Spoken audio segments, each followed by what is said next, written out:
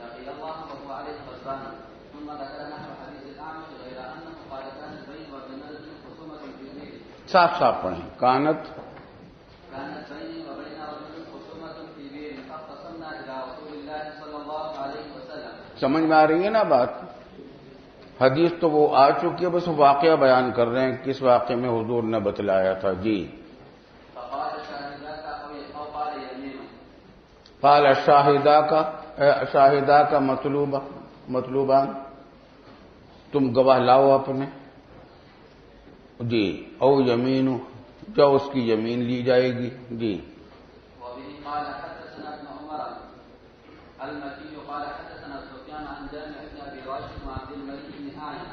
أنهما سمعا شقيق بن سلمة يقول سمعت ابن مسعود رضي الله تعالى عنه يقول سمعت رسول الله صلى الله عليه وسلم يقول من حلف على مال امرئ مسلم بغير حق لقي الله وهو عليه غضبان. قال عبد الله ثم قرأ علينا رسول الله صلى الله عليه مصداقه من كتاب الله إن الذين يشترون بعهد الله وإيمانهم ثمنا قليلا إلى آخر الآية.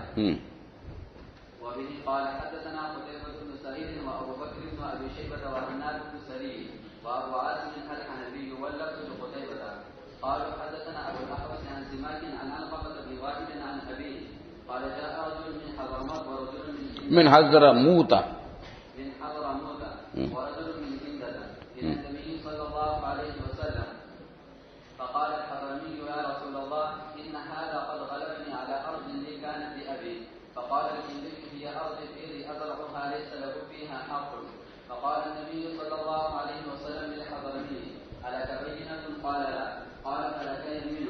قال يا رسول الله إن رجل فاجر لا يبالي على ما حلف عليه وليس يتورع من شيء. فقال ليس لك منه إلا ذلك.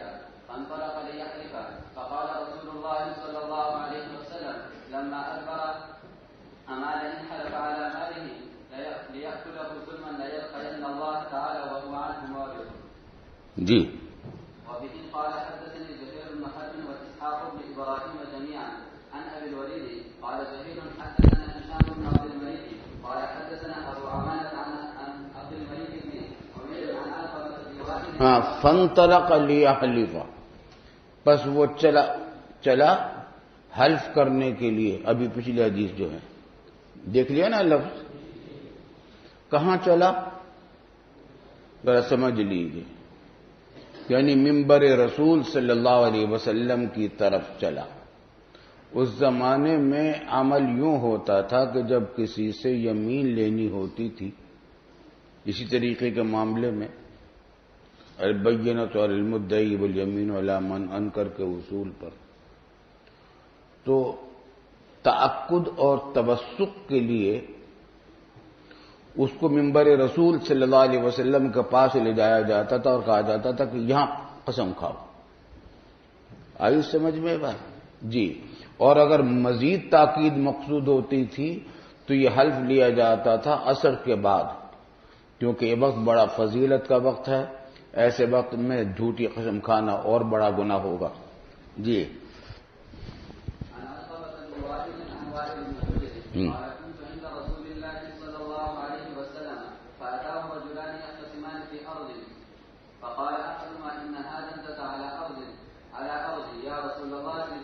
انتزاع غلبہ.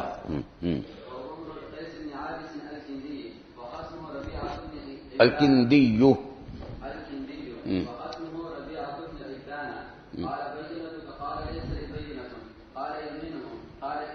یمینہ مطلوبہ. جی.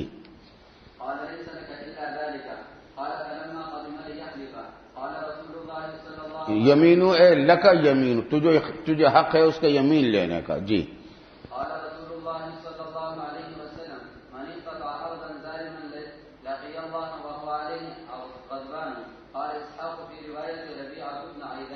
جی. باب الدليل على من قصد اخذ مال غيره الى اخر الباب. وبه قال حدثني ابو كريب محمد بن العلاء قال حدثنا خالد يعني بن مخلد قال حدثنا محمد بن جعفر عن العلاء بن عبد الرحمن عن ابيه عن ابي هريره رضي الله تعالى عنه قال جاء رجل الى رسول الله صلى الله عليه وسلم فقال يا رسول الله ارايت أرأيت إن جاء رجل يريد أخذ مالي قال فلا تعطه مالك قال أرأيت إن قاتلني قال قاتله قال أرأيت إن قتلني قال فأنت شهيد قال أرأيت إن قتلته قال هو في النار. سمجھ میں آ رہی ہے بات؟ وہی بات ہے من قتل دون مالہ فهو شہید. جی. وبه قال حدثني الحسن بن علي الحلواني وإسحاق بن منصور ومحمد بن رافع وألفاظه متقاربة. قال إسحاق أخبرنا وقال الآخران حدثنا عبد الرزاق قال أخبرني جريج قال أخبرني سليمان الأحول أن ثابت مولى عمر بن عبد الرحمن أخبره أنه لما كان بين عبد الله بن عمرو وبين عنبسة بن أبي سفيان ما كان يتيسر للقتال. ذرا سمجھ لیجئے، جب ہوا عبداللہ بن عمرو یعنی عبداللہ بن عمرو بن العاص کے درمیان اور عنبسۃ بن ابی سفیان کے درمیان. عبداللہ بن عمرو بن العاص تو آپ جانتے ہی ہیں، مشہور صحابی رضی اللہ تعالی عنہ ہیں، اور عنبسۃ بن ابی سفیان یہ حضرت معاویہ کے بھائی تھے اور گورنر تھے حضرت معاویہ کی طرف سے طائف کے. طائف میں گورنر تھے. ان کے درمیان ایک نزاع پیدا ہوا. کانا لما کانا بینہما ما کانا، جو کچھ کے ہوا یعنی جو نزاع پیش آیا اس وقت کا واقعہ بتاتے ہیں. تیسروا للقتال، تو وہ قتال کے لیے تیار ہو گئے دونوں فریق، حضرت عبداللہ بن عمرو بن العاص اور عنبسۃ بن ابی سفیان. واقعہ یوں پیش آیا کہ عنبسۃ بن ابی سفیان کی بھی ایک زمین تھی وہاں، اور ایک چشمے سے پانی وہ اپنی زمین میں پہنچانا چاہتے تھے. راستے میں حضرت عبداللہ بن عمرو بن العاص رضی اللہ تعالی عنہ کی زمین پڑتی تھی، تو نالا کھود کر عنبسۃ بن ابی سفیان یہ چاہتے تھے کہ نالا کھود کر حضرت عبداللہ بن عمرو بن العاص کی زمین میں سے پانی پہنچایا جائے عنبسۃ بن ابی سفیان کی زمین میں. سمجھ میں آ رہی ہے نا بات؟ حضرت عبداللہ بن عمرو بن العاص نے منع کر دیا کہ میری طرف سے اجازت نہیں ہے کہ میری زمین کے اندر پانی کا راستہ بنایا جائے اپنے یہاں لے جانے کے لیے. عنبسۃ بن ابی سفیان نے ان کی اجازت کے بغیر زبردستی کرنے کا ارادہ کر لیا. تو اب انہوں نے قتال کی تیاری کر لی حضرت عبداللہ بن عمرو بن العاص نے کہ اگر وہ آئیں گے تو ہم روکیں گے زبردستی، اور اگر وہ لڑیں گے تو قتال کریں گے. آئی سمجھ میں بات؟ اب قتال کا خطرہ پیدا ہو گیا دونوں کے درمیان. تو فرکب خالد بن العاص الی عبداللہ بن عمرو. خالد بن العاص عمرو بن العاص رضی اللہ تعالی عنہ کے بھائی ہیں، یعنی عبداللہ بن عمرو بن العاص کے چچا. تو وہ سوار ہوئے عبداللہ بن عمرو بن العاص کے پاس. پس ان کو نصیحت کی خالد نے کہ تم لڑائی نہ کرو، قتال نہ کرو. فقال عبداللہ بن عمرو بن عمرو اما علمت ان رسول اللہ صلی اللہ علیہ وسلم قال من قتل دون مالہ فهو شہید. میں تو اپنی زمین کی، اپنے مال کی حفاظت کے لیے قتال کر رہا ہوں، تو یہ قتال میرے لیے جائز ہے. میں مارا جاؤں گا تو شہید ہو جاؤں گا. جی چلیے آگے.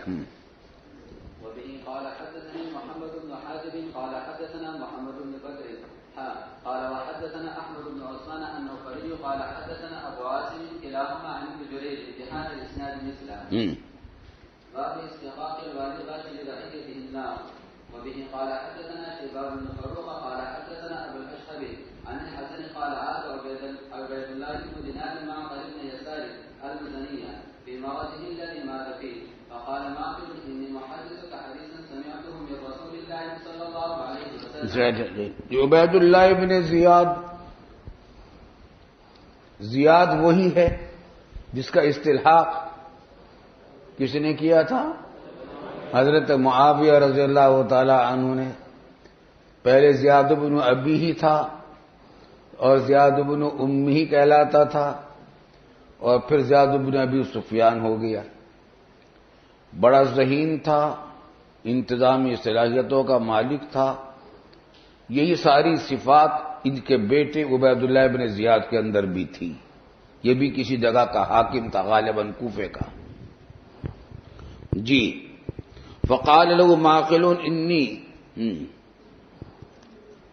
تو عبید اللہ بن زیاد نے عیادت کی معقل بن یسار مزنی رضی اللہ تعالی عنہ کی فی مرضه الذی مات فیہ، مرض وفات میں. وقال معقل، تو انہوں نے فرمایا صحابی نے، انی محدثک حدیثا سمعته من رسول اللہ صلی اللہ علیہ وسلم لو علمت ان لی حیاتا ما حدثتک، اگر مجھے یہ معلوم ہوتا کہ میری زندگی ابھی کچھ باقی ہے تو میں تجھ کو حدیث نہ سناتا، کیونکہ مجھے اندازہ ہے کہ تو پھر مجھے قتل کرتا، میرے اوپر سختی کرتا. یہ آدمی سختی بہت کرنے والا آدمی تھا. قال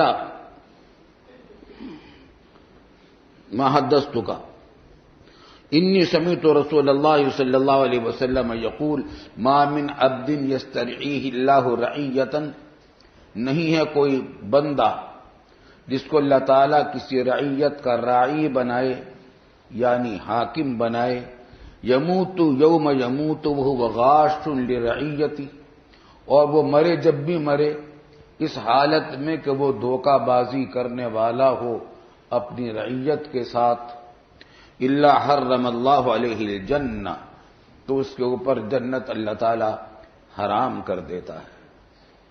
تو معقل بن یسار نے یہ حدیث عبید اللہ بن زیاد کو سنائی، کیونکہ اس کے بارے میں اچھی شہرت نہیں تھی اور اس کے بارے میں یہ گمان تھا کہ اس کے حالات سختی کے ہیں اور رعیت کے جو حقوق ہیں ان کی ادائیگی میں اس سے دھوکہ بازی کرتا ہے. یہ چلیے قال حدثنا يحيى بن يحيى قال اخبرنا يزيد بن زريع عن يونس عن الحسن قال دخل عبيد الله بن زياد على معقل بن يسار وهو وجع فسأله فقال اني محدثك حديثا لم اكن حدثتك ان رسول الله صلى الله عليه وسلم قال لا يستدعي الله عبدا رعية يموت يوم يموت وهو غاش لها الا حرم الله عليه الجنة. قال الا كنت حدثتني بهذا قبل اليوم، آپ نے اس سے پہلے یہ حدیث مجھے کیوں نہیں سنائی؟ قال ما حدثتک، بس نہیں سنائی. او قال لم اکن لاحدثک، میں سنانے والا نہیں تھا تمہیں. مطلب یہ کہ تمہارے بارے میں مجھے اندیشہ تھا کہ اگر تمہیں یہ حدیث سناؤں گا تو تم ناراض ہو جاؤ گے اور پھر اس سے فتنہ پیدا ہوگا. جی وبه قال حدثني القاسم بن زكريا قال حدثنا حسين يعني الجعفي عن زائدة عن هشام قال قال الحسن كنا عند معقل بن يسار نعوده فجاء عبيد الله بن زياد فقال له معقل إني سأحدثك حديثا سمعته من رسول الله صلى الله عليه وسلم ثم ذكر بمعنى حديثهما. وبه قال حدثنا أبو غسان الإسماعيلي ومحمد بن المثنى وإسحاق بن إبراهيم قال إسحاق أخبرنا وقال الآخران حدثنا معاذ بن هشام قال حدثني أبي عن قتادة عن أبي المليح أن عبيد الله بن زياد عاد معقل بن يسار في مرضه فقال له معقل إني محدثك بحديث لولا أني في الموت لم أحدثك به. سمعت رسول الله صلى الله عليه وسلم يقول ما من أمير يلي أمر المسلمين ثم لا يشهد لهم وينصحه إلا لم يدخل معهم الجنة. کوئی امیر نہیں ہے ایسا جو والی بنے امر مسلمین کا پھر ان کے لیے وہ محنت نہ کرے، کوشش نہ کرے اور نہ ان کے لیے خیر خواہی کرے، نصح خیر خواہی کرے، مگر یہ کہ ان کے ساتھ وہ جنت میں داخل نہیں ہوگا. معہم کی قید لگائیے، جنت میں داخل نہیں ہوگا یعنی دخول معہم نہیں ہوگا، بعد میں ہو جائے گا ایمان کی وجہ سے داخل، لیکن دخول اولی جنت میں نہیں ہوگا. جی باب رفع الأمانة والإيمان من بعض القلوب ورد الفتن على القلوب. وبه قال حدثنا أبو بكر بن أبي شيبة قال حدثنا أبو معاوية ووكيع قال وحدثنا أبو كريب قال حدثنا أبو معاوية عن الأعمش عن زيد بن وهب عن حذيفة رضي الله تعالى عنه قال حدثنا رسول الله صلى الله عليه وسلم حديثين قد رأيت أحدهما وأنا أنتظر الآخر. فرمایا حضرت حذیفہ رضی اللہ تعالی عنہ نے ان کو فتنوں کی حدیثیں خاص طور سے بہت یاد تھی، انہوں نے اہتمام کر کے ان حدیثوں کو یاد کیا تھا جو آئندہ پیش آنے والے فتنوں سے متعلق حضور صلی اللہ علیہ وسلم سے سنی تھی۔ تو حضرت حذیفہ فرماتے ہیں کہ حدثنا رسول اللہ صلی اللہ علیہ وسلم حدیثین، دو باتیں ہم کو بتلائی تھی۔ قد رأیت احدہما وانا انتظر الآخر، ان میں سے ایک میں نے دیکھ لی ہے، یعنی ایک کا مصداق میں نے دیکھ لیا ہے اور دوسری کو کا انتظار کر رہا ہوں، یعنی دوسری کے مصداق کا انتظار کر رہا ہوں۔ پہلی بات یہ بتائی تھی کہ ان الامانۃ نزلت فی جزری اور جزری اصل جڑ قلوب الرجال، امانت نازل ہوئی ہے لوگوں کے دلوں کی جڑ میں۔ کیا مطلب؟ کل مولود یولد علی الفطرہ، وہی مضمون ہے کہ ہر انسان جو پیدا ہوتا ہے اس کے دل کی جڑ میں امانت ہوتی ہے۔ ثم نزل القرآن فعلموا من القرآن وعلموا من السنہ، تو پھر اس امانت کی پرورش کی اور رہنمائی کی قرآن نے اور سنت نے۔ ایک حدیث تو یہ تھی۔ ثم حدثنا عن رفع الامانہ، پھر آپ نے ہم کو بتلائی تھی رفع امانت کے مرتفع ہو جانا اور امانت کے سلب ہو جانے کا ہو جانا۔ قال ینام الرجل النومۃ فتقبض الامانۃ من قلبہ، ایک نیند سوئے گا آدمی تو اس کے دل سے امانت سلب کر لی جائے گی، پس وہ فیظل اثرها مثل الوقت، پس باقی رہ جائے گا دل میں اس امانت کا اثر ایک نقطے کی طرح۔ کیا مطلب؟ دل منور تھا امانت سے، جب اس میں سے کچھ امانت نکالی جائے گی تو اس کا نشان پڑا رہ جائے گا ایک نقطے کے برابر دل پر، ایک سیاہی آ جائے گی ایک نقطے کے برابر۔ ثم ینام النومۃ فتقبض الامانۃ من قلبہ، پھر وہ سوئے گا تو پھر اس کے دل سے امانت قبض کر لی جائے گی۔ مطلب یہ کہ رفتہ رفتہ رفتہ رفتہ امانت اس کے دل سے کم ہوتی چلی جائے گی اور نقطے سیاہ پڑتے چلے جائیں گے، یہاں تک کہ کیا ہوگا کہ فیظل اثرها مثل المجلی، بس پھر باقی رہ جائے گا اس کا نشان دل کے اوپر آبلے کی طرح۔ آبلہ جو ہوتا ہے کہ اس میں آگ لگنے سے، مثلا آپ آبلہ جانتے ہیں نا؟ نہیں جانتے؟ کہیں آپ کا ہاتھ جل گیا تو یہاں سے پھول جائے گا، اس میں پانی بھر جاتا ہے، اس کو آبلہ کہتے ہیں۔ کجمرن دحرجتہ ولا رجلک، جیسے کہ کوئی انگارہ تم اپنی ٹانگ کے اوپر لڑکاؤ، تو کیا ہوگی؟ ٹانگ کے اوپر جس جگہ پر لڑکایا تھا فنفتا، تو وہ جگہ پھول جاتی ہے۔ فتراہ منتبرن، پس تم اس جگہ کو دیکھتے ہو ابھرا ہوا، کوئی آبلہ پڑ جاتا ہے۔ ولیس فیہ شیء، وہ ابھرا ہوا تو ہوتا ہے لیکن اس کے اندر کوئی طاقت کی چیز نہیں ہوتی، پانی بھرا ہوا ہوتا ہے۔ اسی طریقے سے دل کے اوپر، دل میں امانت کم رہ جائے گی اور اب جہاں جہاں سے امانت قبض ہوئی تھی اس جگہ پر وہ امانت سے خالی ہو جائے گا دل۔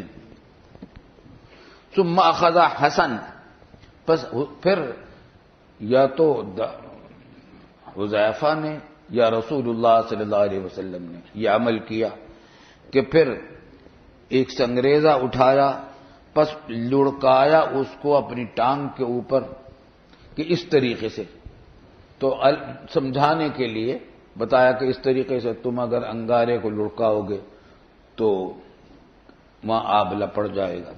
فَيُصْبِحُ النَّاسُ يَتَبَايَعُونَ.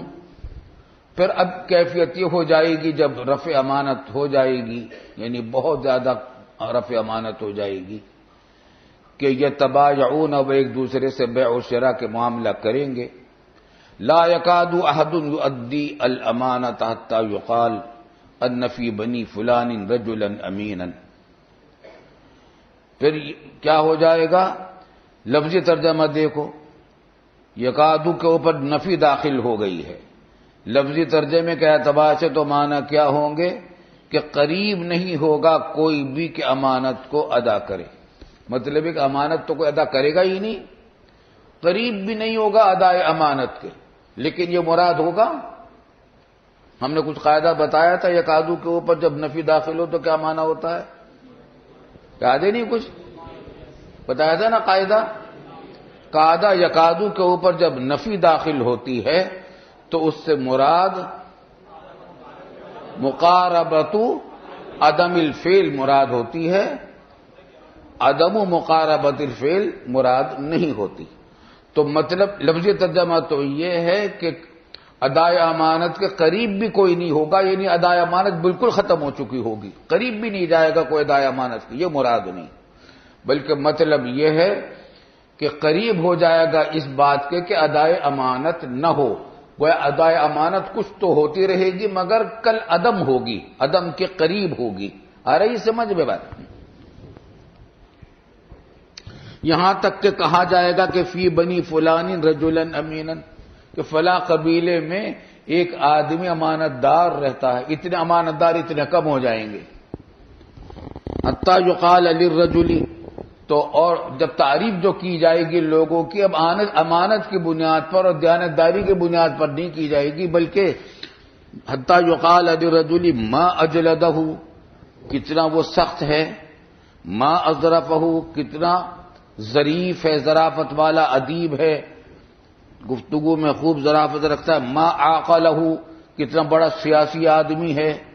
وما فی قلبی مثقال حبۃ من خردل، اور اس کے دل میں ایک دانے کے برابر بھی من ایمان میں سے نہیں ہوگا. کیا مطلب؟ کہ اس زمانے میں قدریں بدل جائیں گی، معیار بدل جائے گا پسندیدگی کا. امانت داری کی بنیاد پر لوگوں کی تعریف نہیں کی جائے گی، بلکہ تعریف اس بنیاد پر کی جائے گی فلاں بڑا زبردست سیاسی آدمی ہے، بڑا چال باز، بڑا ہوشیار ہے، بڑا چالاک ہے، اور بڑا سخت ہے، بہت مضبوط ہے، لڑنے میں بڑا طاقتور ہے. اس بنیادوں پر تعریفیں ہوں گی. الیاذ باللہ، وہ زمانہ تقریباً آ گیا ہمارا، آ گیا تقریباً. حالانکہ اس کے دل میں ایک دانے کے برابر بھی، رائی کے دانے کے برابر بھی ایمان نہیں ہوگا.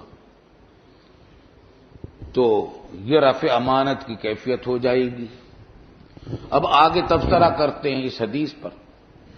فرماتے ہیں کہ وَلَقَدْ أَتَى عَلَيَّ زَمَانٌ، پس آ چکا ہے میرے اوپر ایک ایسا زمانہ، واو حالیہ ہے، ما وما، اور اس حالت میں کہ مجھ کو پرواہ نہیں، وما ابالی ایکم بایعت، مجھے پرواہ نہیں ہوتی کہ میں تم میں سے جس کے ساتھ بھی بیع و شراء کروں.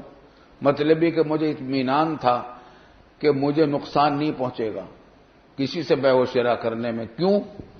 اس واسطے کہ لئن کان مسلما لیردنہ علی دینہ، کیونکہ اگر وہ مسلمان ہوگا اور کوئی بھول چوک ہو جائے گی، کوئی مال اس کے پاس میرا رہ جائے گا، زیادہ چلا جائے گا، تو لیردنہ علی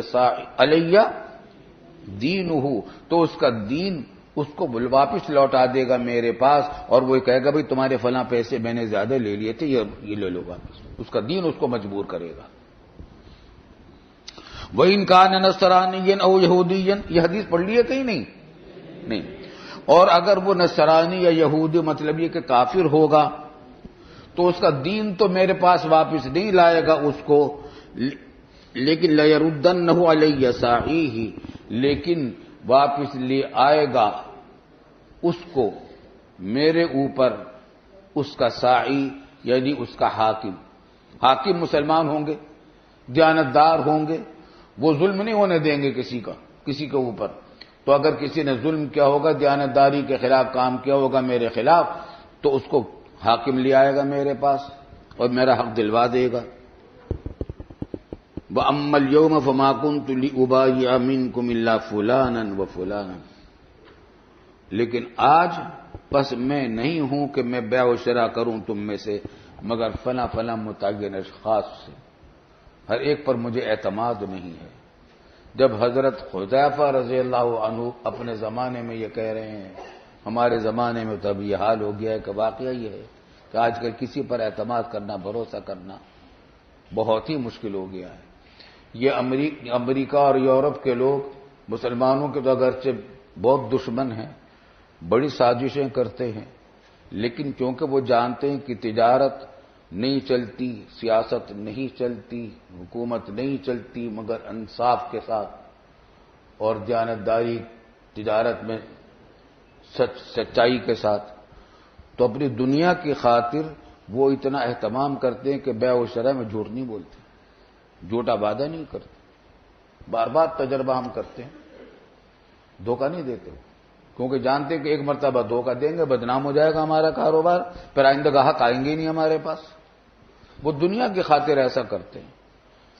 اور مسلمانوں کے حال جو ہے وہ ہم دیکھ رہے ہیں. انا للہ و انا الیہ راجعون. اس زمانے میں بالکل برعکس معاملہ تھا. یہودی اور نصرانی یہ حرکتیں کیا کرتے تھے جو آج ہم کر رہے ہیں، اور مسلمان یہ حرکت نہیں کرتے تھے. انہوں نے ہماری بہت ساری اچھائیاں لے لی اور ان کی جتنی خرابیاں تھیں وہ ہم نے لے لی. انا للہ و انا الیہ راجعون. چلیے آگے.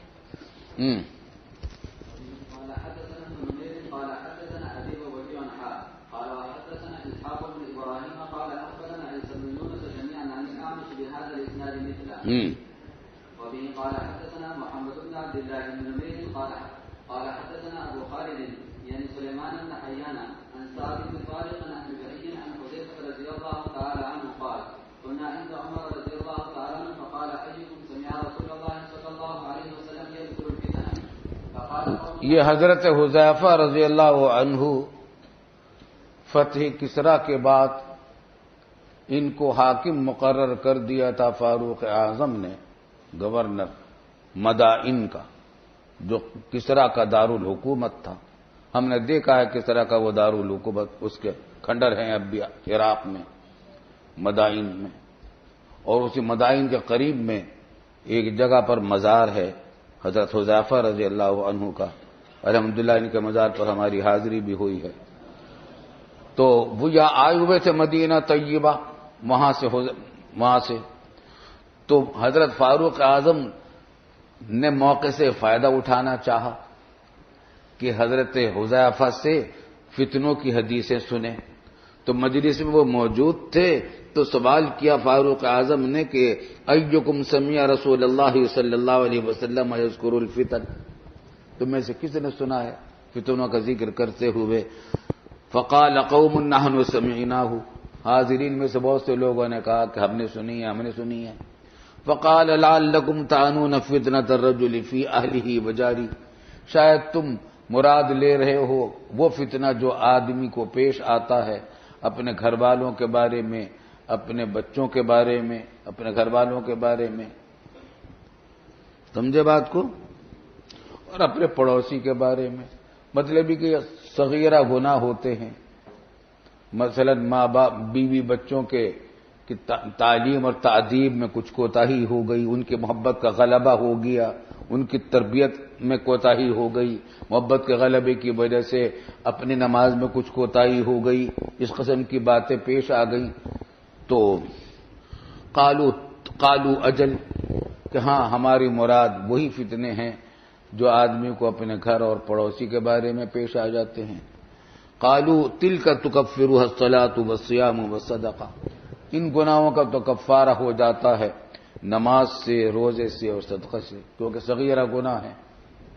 ولیکن ایکم سمع النبی صلی اللہ علیہ وسلم یذکر التی تموج موج البحر، اصل میں تو مقصود تھا کہ حذیفہ بولیں، کیونکہ معلوم تھا فاروق اعظم کو کہ حذیفہ کو بڑے بڑے فتنوں کے بارے میں حدیثیں یاد ہیں. میں پوچھنا چاہتا ہوں کہ تم میں سے کس نے سنا ہے رسول اللہ صلی اللہ علیہ وسلم کو ذکر کرتے ہوئے ان فتنوں کا الفتن التی تموج موج البحر، جو سمندر کی موجوں کی طرح موجیں ماریں گے. سمندر کی موجوں کی دو صفتیں ہوتی ہیں. ایک ہے جب آپ ساحل پر جا کر دیکھیں ایک موج آتی ہے، ابھی وہ ختم نہیں ہوتی کہ پیچھے سے دوسری موج اس سے اونچی آ جاتی ہے. وہ اونچی موج اس آنے والی پہلی موج کو چھوٹا کر دیتی ہے. یقلل بعضها بعضا، چنانچہ بعض احادیث میں ان فتنوں کی صفت یہ بیان کی گئی ہے کہ وہ فتن ایسے ہوں گے کہ ایک فتنہ دوسرے فتنے کو چھوٹا کر دے گا، جیسے کہ سمندر کی موجیں. اور سمندر کی موجوں کی ایک کیفیت ہوتی ہے وسط سمندر میں، بیچ سمندر میں، کہ موجیں ادھر سے بھی آتی ہیں ادھر سے بھی آتی، مختلف اطراف سے آتی ہیں. تو خلاصہ یہ کہ فتنے ایسے ہوں گے کہ ایک فتنہ بھی ختم نہیں ہوگا کہ دوسرا فتنہ آ جائے گا، وہ ختم نہیں ہوگا اس سے بڑا فتنہ آ جائے گا، وہ ختم نہیں ہوگا اس سے بڑا فتنہ آ جائے گا. اور فتنے مختلف سمتوں سے آئیں گے، کبھی ادھر سے آئیں گے کبھی ادھر سے آئیں گے. مول صاحب یہ زمانہ آ گیا ہے، یہ دور فتنوں کا شروع ہو گیا ہے. آپ دیکھ رہے ہیں کہ ایک فتنہ اٹھتا ہے، وہ ختم نہیں ہوتا اس سے بڑا فتنہ کھڑا ہو جاتا ہے، وہ ختم نہیں ہوتا تیسرا بڑا فتنہ آ جاتا ہے. فتنوں کا ایک تسلسل ہے. ہمارے مرشد ڈاکٹر عبدالعلی صاحب عارف رحمۃ اللہ علیہ فرماتے تھے یہ تو اب سیلاب ہے، طوفان ہے فتنوں کا، یہ تو قیامت سے جا کر ٹکرائے گا، قیامت تک چلے گا، کم نہیں ہوں گے، یہ فتنے بڑھتے جائیں گے. اللہ یعوذ باللہ. قال حذیفہ فاسکت القوم، حذیفہ کہتے ہیں کہ قوم خاموش ہو گئی، لوگ خاموش ہو گئے. اسکتا اور سکتا دونوں ایک معنی میں بھی آتے ہیں، اسکتا معنی میں سکتا کے بھی آتا ہے، اور اسکتا کے ایک معنی آتے اطرقہ، گردن جھکا لی، کہ لوگ گردن جھکا لی انہوں نے کہ ہم نے نہیں سن رکھے وہ ایسے فتنے. فقلت انا، تو کہتے میں نے کہا کہ میں نے سنا ہے رسول اللہ صلی اللہ علیہ وسلم. قال انت، یہ حدیث پڑھ لی ہے کہیں نہیں پڑھی؟ اچھا. قال انت، کیا تو نے سنی ہے وہ حدیثیں وہ فتنے؟ للہ ابو کا، اللہ ہی کا ہے تیرا باپ. یہ عربی کا محاورہ ہے کہ جب کسی کی تعریف کرنی ہوتی ہے تو کہتے ہیں للہ ابوک، مطلب ہے کہ تیرا باپ اللہ کا بڑا اچھا آدمی ہے، بندہ ہے، کہ تو وہ باپ بنا تجھ جیسے اچھے بیٹے کا. تعریف کرنی مقصود ہوتی ہے بیٹے کی بواسطہ باپ کے.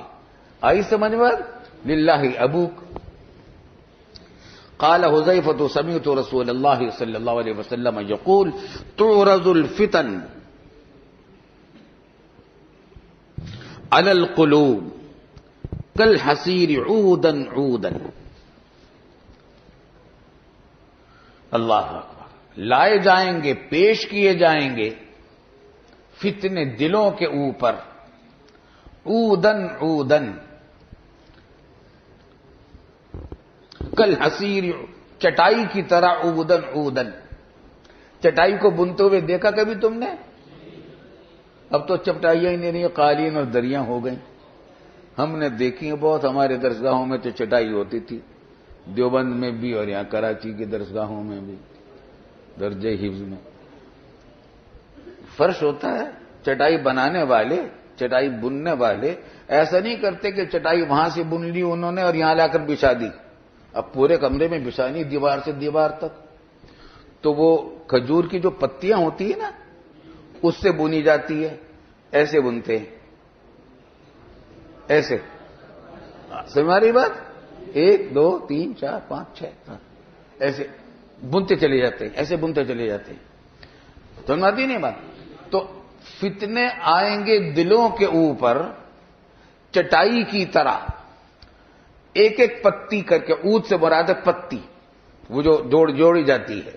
تو جس طریقے سے پہلے فرش ننگا پڑا تھا اس کے اوپر چٹائی بچھائی جا رہی ہے تو اودن اودن کالحصیر، چٹائی بنی جا رہی ہے.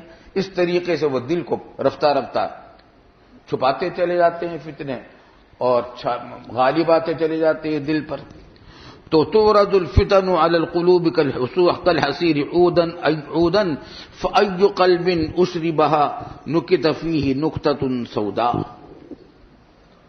پس جس قلب کو وہ فتنے پلا دیے جائیں، یعنی جو قلب ان فتنوں کو قبول کر لے، تو نکت فیہ نکتۃ سوداء، تو اس قلب کے اندر ایک سیاہ نقطہ ڈال دیا جاتا ہے. وَأَيُّ قَلْبٍ أَنْكَرَهَا، اور جو قلب اس فتنے کا انکار کرتا ہے، نکیر کرتا ہے، قبول نہیں کرتا، تو نُکِتَ فِيهِ نُکْتَةٌ بَيْضَاء، تو اس کے دل میں سفید ایک نقطہ ڈال دیا جاتا ہے. یہ سلسلہ چلتا رہتا ہے. کیا مطلب ہے فتنے کا؟ کہ کوئی گناہ کا تقاضا پیدا ہوتا ہے، یہ کام کر لو پیسے ملیں گے، یہ کام کر لو شہرت ہوگی، یہ کام کر لو عہدہ ملے گا، یہ کام کر لو مزہ آئے گا. یہ فتنے آئیں گے، تقاضا کریں گے گناہوں کا. یہ فلاں کے ساتھ غداری کر لو، فلاں کے خلاف بیان دے دو، فلاں کی تعریف کر دو ناجائز. تو یہ فتنے آئیں گے. ان فتنوں کی وجہ سے جو شخص ان فتنوں کو قبول کر لے گا، اس کے قلب میں ایک فتنے کو قبول کرے گا، ایک نقطہ پیدا ہو جائے گا سیاہ. دوسرا فتنہ قبول کرے گا، اس کو یہاں تک کہ نقطے سیاہی کے بڑھتے چلے جائیں گے. اور دوسرا قلب ہوگا جو فتنے آئیں گے ان کو رد کرے گا. میں نہیں مانتا، نہیں کروں گا، نہیں کرتا. تو سفید نقطہ پیدا ہوتا چلا جائے گا اس کے اندر.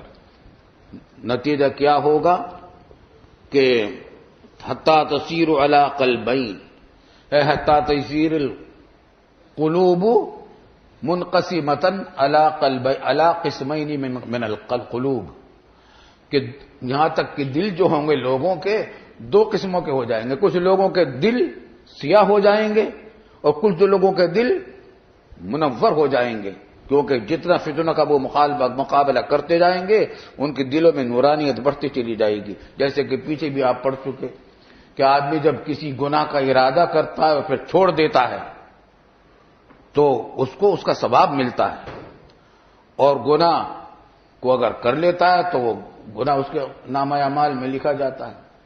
تو گناہ کو تقاضے کے باوجود چھوڑ دینے سے ایمان میں بڑی ترقی ہوتی ہے اور انسان کی طمانینت قلب میں اضافہ ہوتا ہے. اللہ کی تعالیٰ کی پھر نصرتیں بھی بڑھتی ہیں. کہ نوجوانی کا جو زمانہ ہوتا ہے اس اعتبار سے مجاہدے کا زمانہ ہوتا ہے.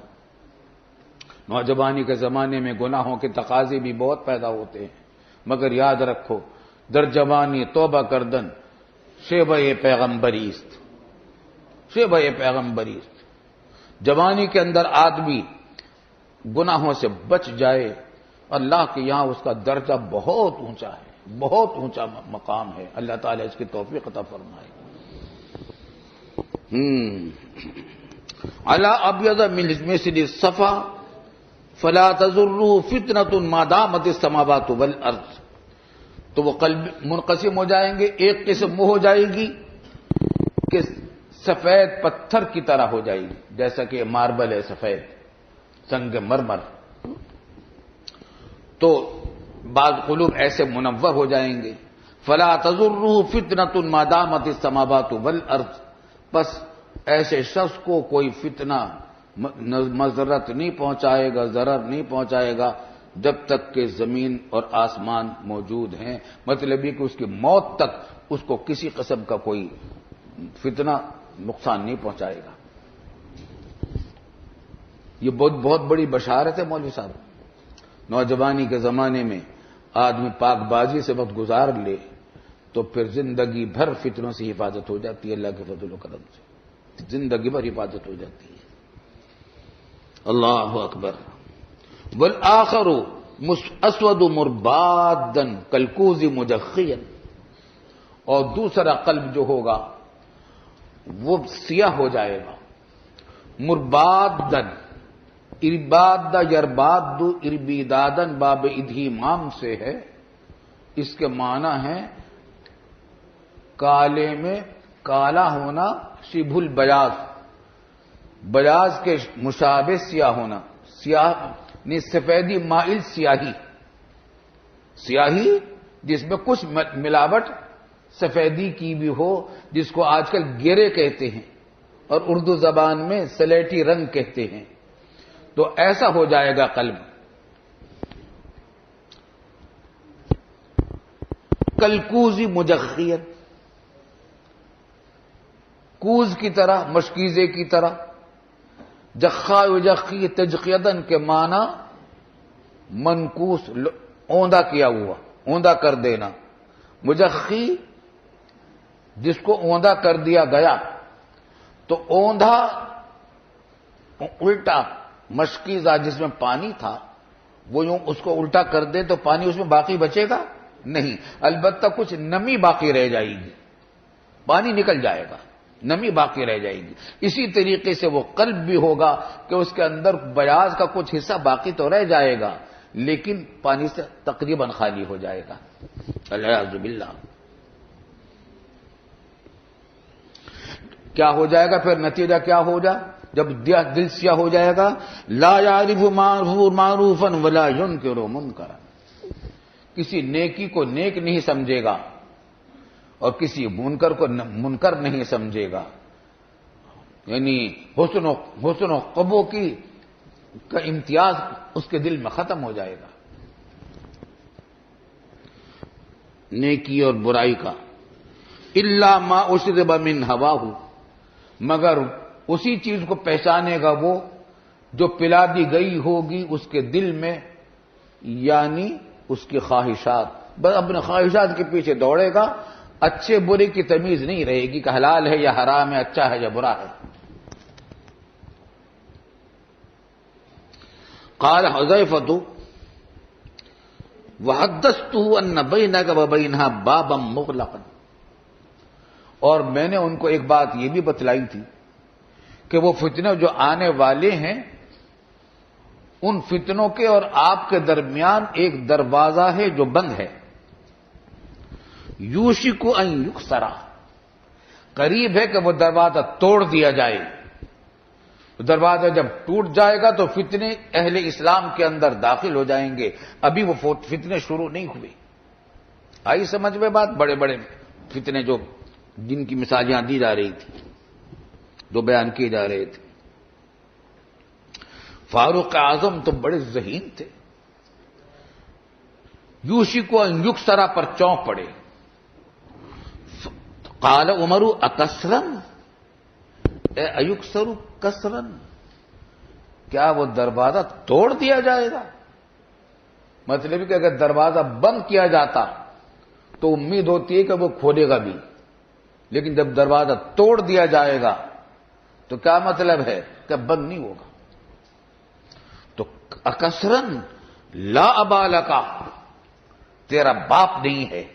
پہلے تو کہا تھا للہ ابوک، اب کیا کہا؟ لا ابا لکا. لفظی ترجمہ تو یہ ہے کہ تیرا باپ نہیں ہے، لیکن مراد عربی محاورے میں اس سے ہوتی کہ ہوشیار ہو جاؤ. مناسبت کیا ہے اس معنی میں باپ کے نہ ہونے سے؟ مناسبت ظاہر ہے. جب تک آدمی کا باپ زندہ ہوتا ہے آدمی بے فکر ہوتا ہے. کوئی مصیبت آئے گی باپ سنبھال لے گا، کوئی وقت آئے گا باپ مدد کر دے گا، کوئی بات آئے گی باپ آگے ہو جائے گا بیٹے کو پیچھے کر دے گا.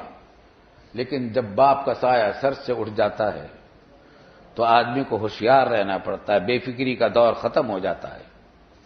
تو لا ابالکا کا مطلب کیا کہ ہوشیار ہو جاؤ. جس طریقے سے کہ باپ کے مر جانے کے بعد آدمی کو ہوشیار ہو جانا چاہیے، اسی طرح تمہیں بھی ہوشیار ہو جانا چاہیے. بات سمجھ میں آ گئی؟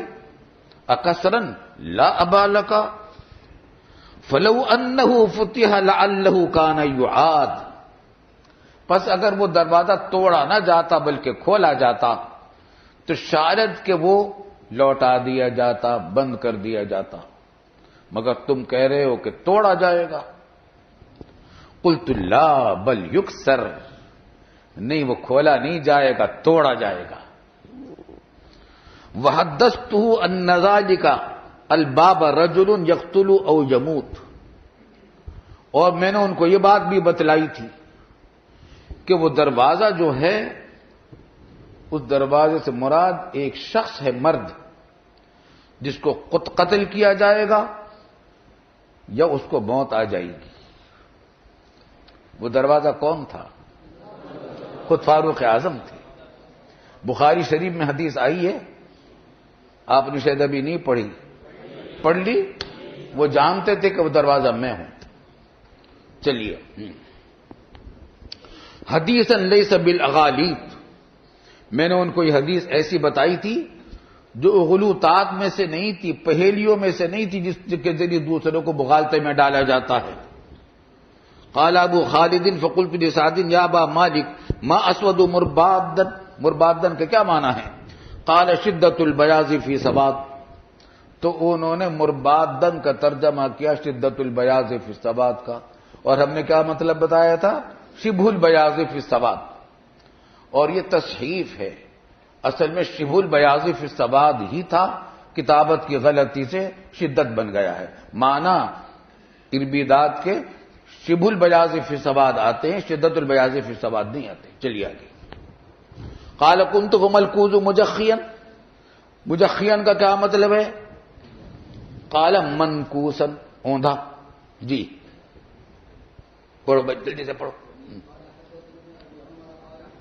زور زور سے مولوی صاحب۔ قال حدثنا مروان الفزاري قال حدثنا ابو مالك الاشجعي عن الزبير قال لما قدم حذيفه من عند عمر رضي الله تعالى من عند عمر رضي الله تعالى عنه جلس يحدثنا فقال ان امير المؤمنين امس لما جلست اليه سال اصحابه ايكم يحفظ قول رسول الله صلى الله عليه وسلم في الفتن، وساق الحديث بمثل حديث ابي خالد ولم يذكر تفسير ابي مالك ولقوله مربادا مجخيا، مالکن لقوله مربادا او مجخیا۔ یہ جو دیکھیے، دیکھ لیجیے، ربی بن حراش کہہ رہے کہ جب حذیفہ آئے عمر کے پاس سے، کہاں آئے؟ عراق واپس آئے، تو جلسہ یحدثنا، تو وہ بیٹھ گئے ہمارے پاس باتیں سنانے کے لیے، تو انہوں نے یہ فرمایا کہ ان امیر المومنین امسی، فاروق اعظم نے امسی لما جلست الیہ سألہ، جب میں ان کی طرف بیٹھا تو لوگوں سے سوال کیا۔ کب؟ امسی کے ترجمہ کیا آتا ہے؟ گزشتہ کل۔ تو اس زمانے میں ہوائی جہاز تو تھے نہیں کہ اسی دن پہنچ گئے ہوں گے مدینے سے عراق، بہت لمبی مسافت تھی، اس بات سے امسی سے مراد گزشتہ دن مراد نہیں ہے، بلکہ ماضی، زمانے ماضی مراد ہے، کہ زمانے ماضی میں ابھی پچھلے دنوں جب میں مدینہ طیبہ گیا ہوا تھا تو فاروق اعظم نے جب میں ہم بیٹھے ان کی طرف تو لوگوں سے یہ سوال کیا۔ آگے چلیے۔ وبه قال حدثني محمد بن المثنى وعمرو بن علي ووقفة بن مطر العنبي قالوا حدثنا محمد بن ابي عدي عن سليمان التيمي عن نعيم بن ابي هند عن ربعي عن ربعي بن حراش عن حذيفة رضي الله تعالى عنه ان عمر قال من يحدثنا قال ايكم يحدثنا وفيهم حذيفة ما قال رسول الله صلى الله عليه وسلم في الفتنة قال حذيفة انا وساق الحديث كان في حديث ابي مالك عن ربعي وقال في الحديث قال حذيفة حدثته حديثا ليس بالاغاريب قال يعني انه عن رسول الله صلى الله عليه وسلم۔ جی باب بیان الاسلام بدأ غریبا وسيعود غریبا۔ وبه قال حدثنا محمد بن عباد وابن ابي عمر جميعا عن مروان الفزاري قال ابن عباد حدثنا مروان عن يزيد يعني ابن كيسان عن ابي حازم عن ابي هريره رضي الله تعالى عنه قال قال رسول الله صلى الله عليه وسلم بدأ الاسلام غريبا وسيعود كما بدأ غريبا فطوبى للغرباء۔ اللہ، اسلام شروع ہوا تھا اس حالت میں کہ یہ غریب تھا، اردو والا غریب نہیں بلکہ عربی کا غریب۔ عربی میں غریب کس کو کہتے ہیں؟ اجنبی۔ اجنبی تھا یعنی اس کے اعمال اجنبی تھے، اس کے عقائد اجنبی تھے، دنیا توحید خالص سے بالکل خالی ہو چکی تھی، شرک اور کفر پھیلا ہوا تھا۔ وَسَيَعُودُ كَمَا بَدَأَ، اور پھر بھی دوبارہ لوٹ کر اسی طریقے سے یہ اسلام اجنبی ہو جائے گا۔ مطلب یہ کہ بیچ میں کا دور آئے گا کہ اسلام پھیلے گا پوری دنیا میں تقریباً، اور پھر واپس آئے گا اور اجنبی ہو جائے گا، یعنی اس پر عمل ان اعمال کو، اسلام کے اعمال کو اجنبی سمجھا جائے گا اور ان پر عمل کرنے والے لوگوں کو اجنبی سمجھا جائے گا۔ میاں داڑھی رکھتے ہیں اس زمانے، یہ آدمی داڑھی رکھتا ہے اور یہ نماز پڑھتا ہے، یہ روزے رکھتا ہے، تو اجنبی سمجھا جائے گا۔ فطوبى للغرباء، بس ان لوگوں کے لیے طوبہ ہے، حیات طیبہ ہے۔ طوبہ کے کئی معنی آئے ہیں، جنت کے معنی میں بھی آیا ہے وقیل شجرۃ فی الجنہ، اور حیات طوبہ کے معنی میں بھی ہے کہ اچھی زندگی ان کو اللہ تعالیٰ دے گا، ان لوگوں کو جو اس زمانے میں غریب ہو جائیں گے اسلام پر عمل کرنے کی وجہ سے، اجنبی ہو جائیں گے اہل اسلام۔ اور یہ زمانہ بھی تقریباً آ گیا ہے، پوری طرح تو ابھی نہیں آیا لیکن آ گیا ہے۔ بہت ساری جگہوں پر رشتے اس بات سے نہیں ملتے کہ بھئی وہ لوگ تو نمازی لوگ ہیں، بہت پکے، کیا انتہا پسند ہیں اور بنیاد پرست ہیں اور کٹر ہیں، دقیہ نوسی ہیں، فلاں ہیں، کچھ تو ہو بھی جاتے ہیں دقیہ نوسی، کچھ ہو بھی جاتے ہیں، لیکن جو سنت پر عمل کرنے والے لوگ ہیں وہ تو دقیانوسی نہیں ہوتے، وہ تو معتدل مزاج کے ہوتے ہیں۔ خیر، ان کو بھی برا سمجھا جائے گا، والعیاذ باللہ۔ چلیے آگے۔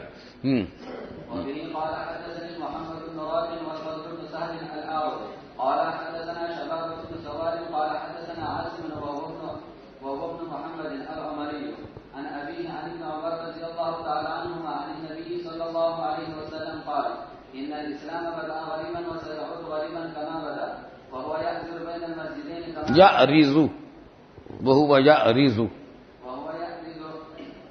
بين المسجدين كما يأرز سمٹ جائے گا اسلام دونوں مسجدوں کے درمیان، یعنی مسجد حرام مکہ اور مسجد نبوی مدینہ طیبہ۔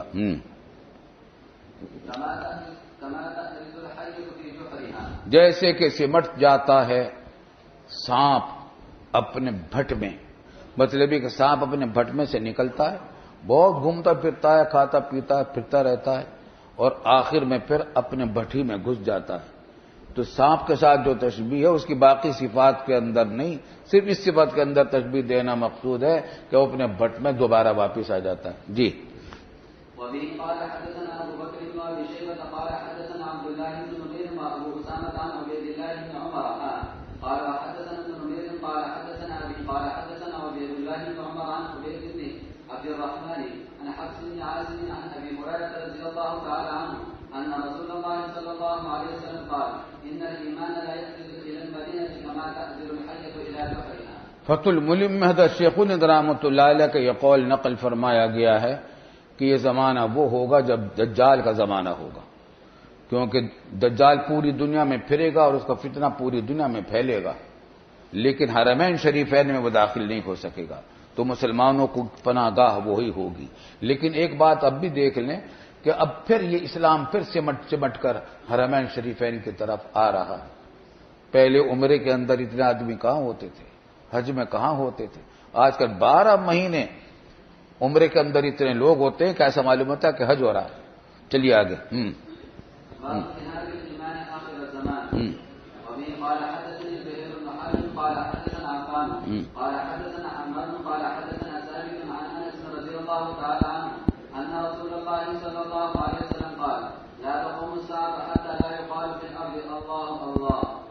آگے پڑھ لو۔